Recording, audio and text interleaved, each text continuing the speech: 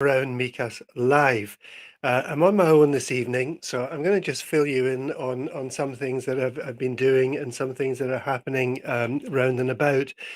I do hope I'm not going to be talking to myself, so please, if you're joining in, please do comment, and I'll be happy to answer any questions that I possibly can. Um, right, where are we? Couple of brief updates. You're probably seeing I've been posting quite a bit about the voting. It is all agreed, and there are supposedly letters coming out. I know some people who've received them from the electoral office. If you do get one of these, apparently it's as simple as ticking the box saying, yes, I want to be included on the electoral roll, and posting it back to them. Although I've had some people asking me about where do they post it to. I don't really know because I haven't actually had one. Um, but I was assured that it is a fairly straightforward process. Um, I don't really have much in terms of update on the driving license, but I know that the ambassador, Hugh Elliott, did make another video this week and said that the two issues have been resolved. I'm not sure which they were, but as far as I know, we still don't have any actual dates for when this might come into force. So yeah, so some kind of updates, but not too much. In terms of the registering for voting, if you don't get this letter, you will need to go to the council and ask to be included. Now, what I've done is on my website, and let me just see if I can share this with you.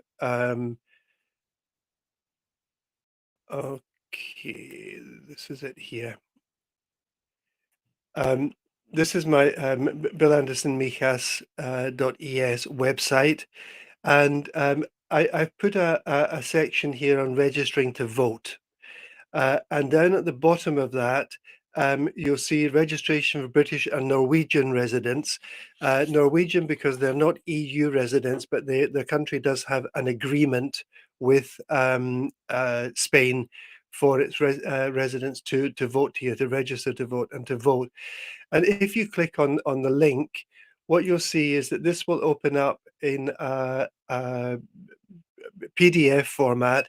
Now, the good thing about this is that you should be able to fill it in online if you download it and put it into Adobe. And it may be a bit easier to do that than just print it out. And I also have then the form for those of you who are EU nationals. It's on the website as well.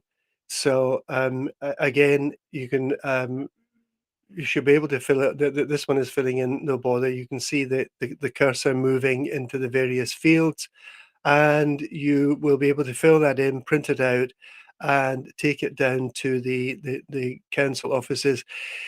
For EU residents, you can do that really anytime. For those of us that are in this special agreement, Norwegians and Brits and a number of other countries, it's going to be from the 1st of December.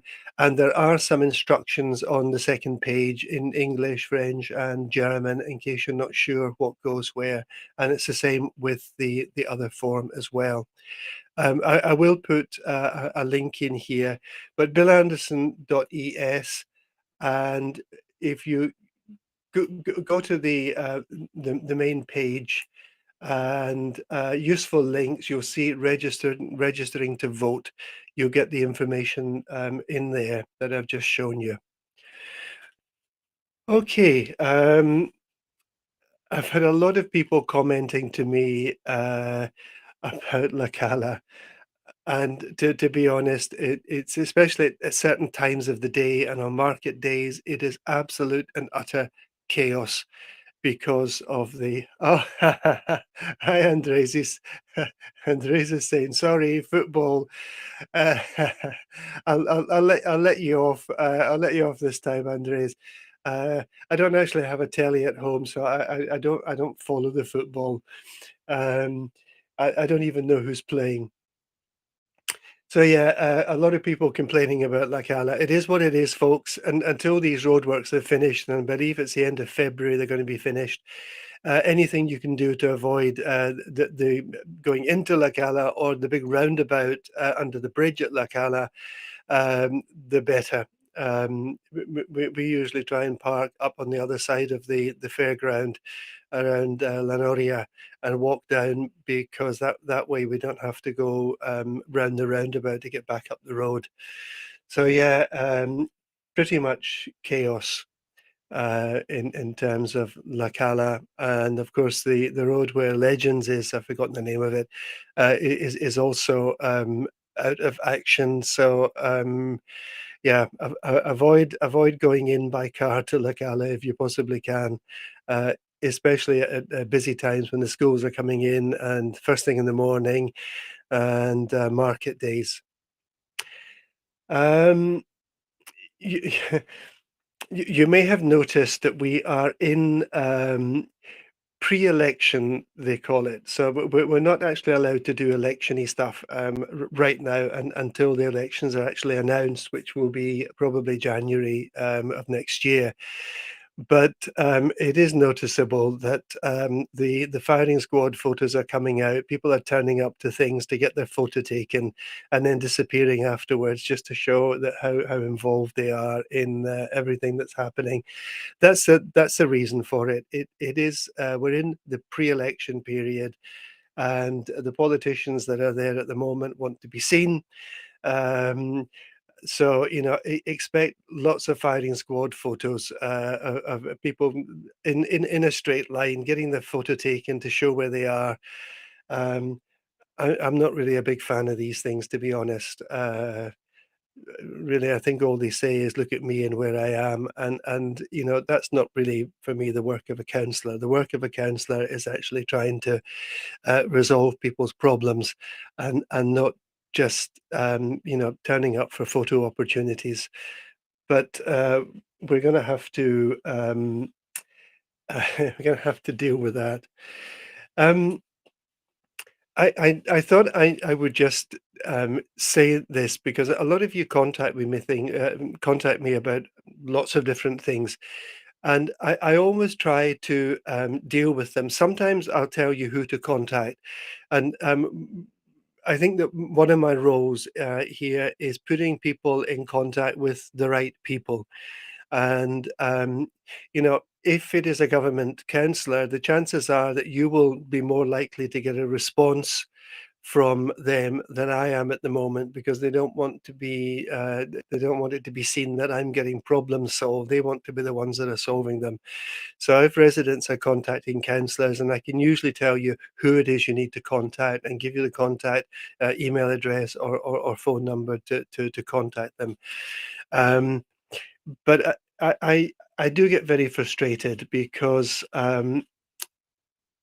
very often when I do send out messages or emails to people on your behalf, I'm not doing things for me, but on your behalf, they they just get ignored. I more often than not don't even get an acknowledgement to say that the email has been received, and that's very frustrating for me. What I will sometimes do, and of course the council meetings are only once a month, but it's the place that you're guaranteed to bump into people.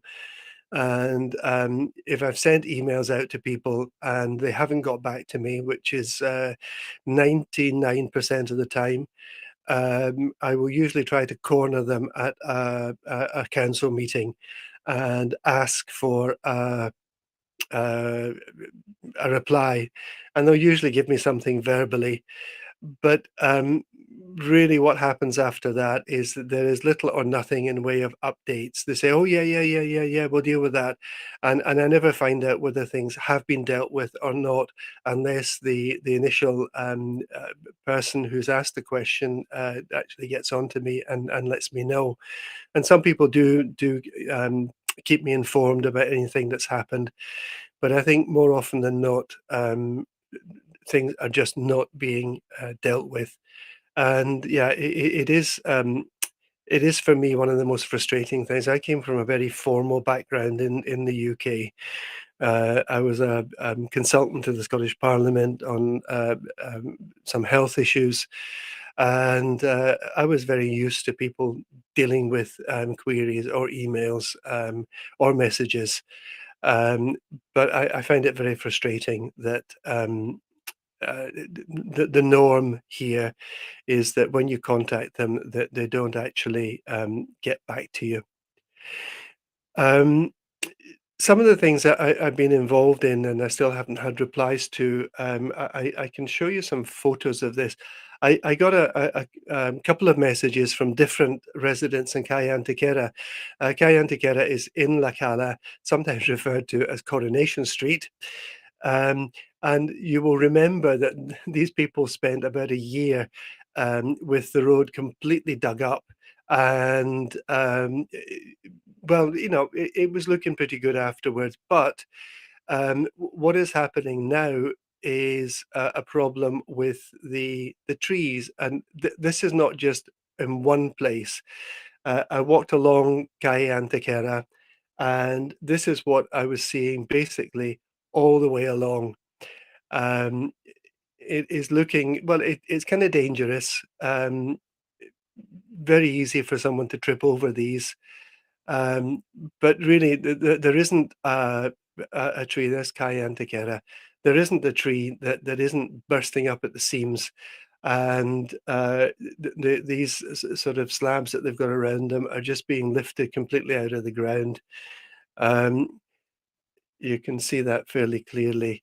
Uh, it really is pretty bad. And given that these people did deal with, such an inconvenience for such a long time, and in this one here, just sort of looking down, you can see that there are some cracks starting to appear in garden walls. Um, and people are obviously concerned about, you know, what this is going to do in time to the foundations of their house because the houses are not very far away from the trees. I've written to three councillors because I'm not sure who deals with it. One for urbanisations, one for public access, and one for infrastructure. And well, I haven't had a reply to any of them so far. But again, I'm not really surprised. Um, some other things, I get asked questions really all the time. Some are fairly simple answers. Some are a bit more a little bit more complex. Healthcare issues.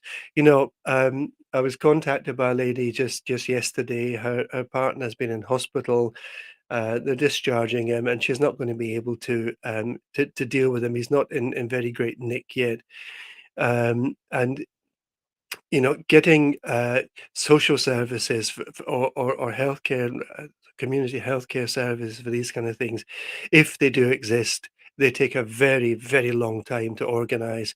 So, what I try to do in this context is to put them in contact with various people who might be able to help or who might know people that might be able to help in this situation.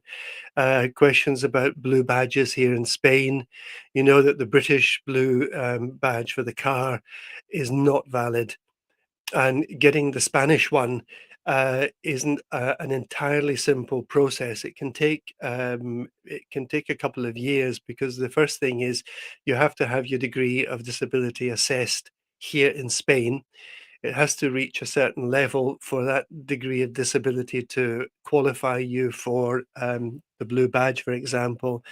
Then you have to apply to the Junta de Andalucía. These are not issued by the local council. They are issued by the Junta de Andalucía, and it is a very long, slow process. Um, I been dealing with a number of issues with building licenses really over the past 6 or 7 months. One of them has finally been resolved. It took, I think, about 11 months for the license to finally come through.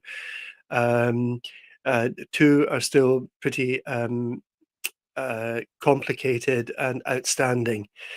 Um, I have to be fair here that for two of these cases, I have met with government team councillors, either with the architects or with other specialists that are dealing with these licenses.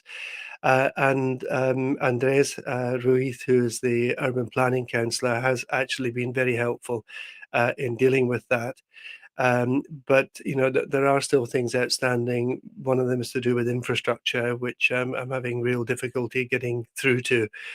Um, so, um, yeah, these are the kind of things that I, apart from just answering questions on a daily basis, these are some of the things that I kind of get involved in and try to help residents to get resolved. Um, I get a lot of questions. Do you know what's happening with? The chances are no, I don't. Now, in theory, we probably get this information, but we get every month we get hundreds, if not thousands, of pages sent to us. And to be honest, they are just impossible for me to get through on a monthly basis. So there may be some stuff hidden in these thousands of pages about something you're asking about. The chances are, unless I've had a conversation about it, I don't really know. I usually find out what's happening in Mijas and around Mijas over the social media. Um, so I do keep a close eye on that. But very often, do you know what's happening? The answer is no, I don't. I will try to find out, but if I message people or send them an email, the chances are I won't get a reply to it. So um, eventually, it comes out when there's some kind of announcement on uh, Mika's communication or something like that. Uh, but it is another frustration. Um, right. What else have we got here? Yeah, there was a report which came out in one of the local papers from the Accounts Commission, um, which was casting serious concerns about the way some of the finances were being managed in Mijas. It was a very long document. And a lot of it dealt with things that my colleague Mario has raised when he comes on, and he'll be here next week. But when he comes on after the council meeting, about services being extended with no contract. Now, some of these very expensive services have to go out to public tender. So obviously, if you get a 4-year contract for something and someone just extends it, it's denying some other company the possibility of bidding for that service. And that we've had lots of services operating either with no contract or just extended contracts. And the Accounts Commission is certainly querying these. And in case you didn't pick it up, when I met with Mario 4 weeks ago, um, in 2021. Now we have a budget in Mijas of, let's just say, around 100 million euros per year. Now, something coming up for half of that is spent on salaries, civil servant salaries, police salaries, um, maintenance service salaries, and all of these things, and other people who work for the council and the sports department and various other areas. So we're coming up for half of that is spent on salaries. Now that leaves around around 50 million, which gets spent on other types of services. And in 2021, 30 million of this 50 million actually was approved, and approved by the government team, not by ourselves, because on principle we vote against or abstain in these matters because they have not been correctly done. So 30 million was approved by the government team, with negative reports from the municipal auditor, the interventor. So it's not surprising that, and all of these reports from the municipal auditor go to the Accounts Commission. And obviously, and some of these things are being picked up. So there are serious concerns. This is not about corruption, folks. I'm not making any accusations against people here, but what I'm saying is that things are not being done correctly. And for 30 million in 1 year to be approved with negative reports by the municipal auditor, basically saying this has not been done correctly, it's not been done by the book, um, is certainly something that concerns me. Um, Not just as a councillor, but also as a Mijas resident. I live in Mijas. I pay my taxes in Mijas. So yeah, it does concern me. Um, okay. Those are some of the things I wanted to sort of fill you in on. We also have a couple of people have contacted me and asked if I would promote events that are coming up now. There are lots of events happening, and please, if you say, "Oh, why didn't you advertise mine?" These were just two people that contacted me and said, "Would you mind um, y- giving these a plug on the live stream?" So the first one is on Sunday, and it is. Oh no, it's not. Hang on, it's not that one either. I'm sorry. Uh, it's this one, which is Sunday. There we go. There is a Christmas market at Donkey Dreamland. Um, Food shops, children's activities, €5.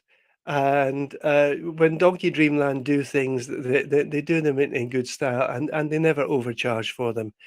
So you get a chance to support some of the local businesses. Oh yeah, Andres has got a question. I'm going to come back to that in just a moment, Andres.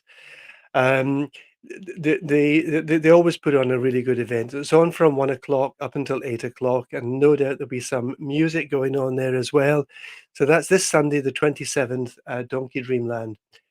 And the other one, which I was just about to show you, is on the 3rd of December, and this is Raqqa, which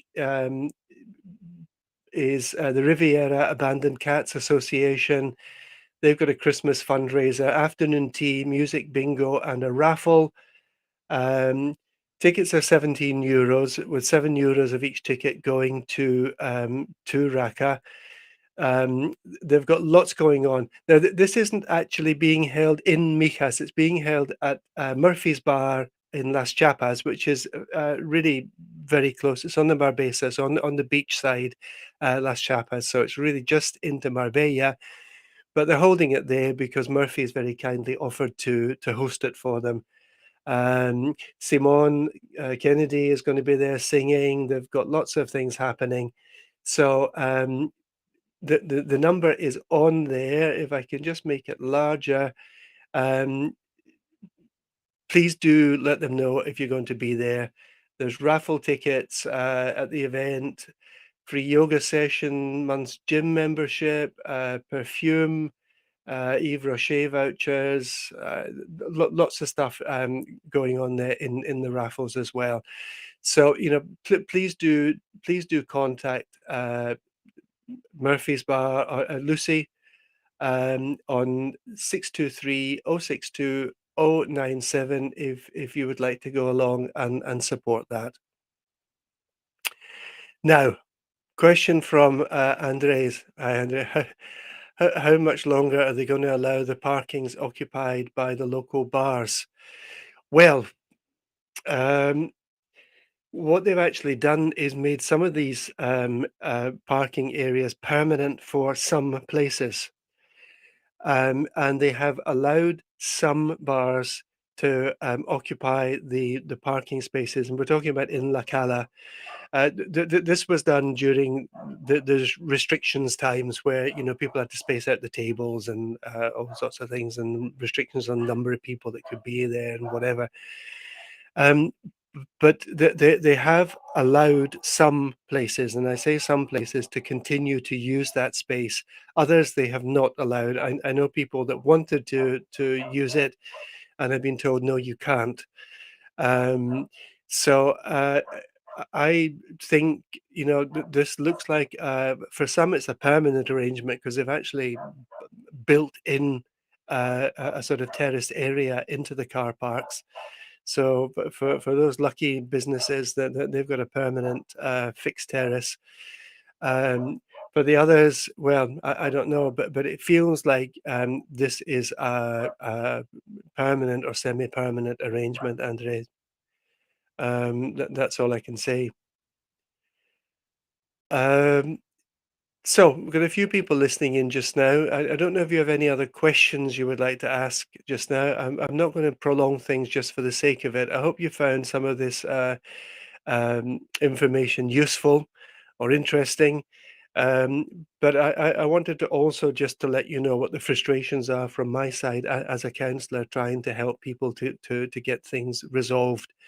And it's not really very easy. There's always seems to be time for photo opportunities, but not time to answer emails or to respond to messages. And I don't feel offended by this because when they ignore me, they're not really ignoring me. They're ignoring you. They're ignoring you, the people who asked me to raise this with them. And it happens, unfortunately, all too often. I find some of the government councillors generally very helpful. But I find others, honestly, it's just a waste of time and energy in writing to them because they don't respond. And if they do follow up on it, they never say this has been done. So there we go, folks. Next week, I'm going to be joined by Mario. We have council meeting probably next Wednesday. I think it hasn't quite been confirmed yet, but we have something called the Comisión Informativa, which is a meeting of representatives of the various parties in Mijas Council. We get together, it's 10 minutes, and they tell us what they're going to talk about next week. So probably next Wednesday will be the council meeting, and Mario will join me next Thursday evening to fill you in on uh, what's been discussed. I know there's going to be a lot of money stuff again. There always is. Anyway, folks, thanks to those of you who have joined in. Thanks to Andreas for his comments. And I'll be back with you next week, 7 o'clock with Mario Bravo. It's almost a weekend. So have a great time when it comes. Take care, everyone.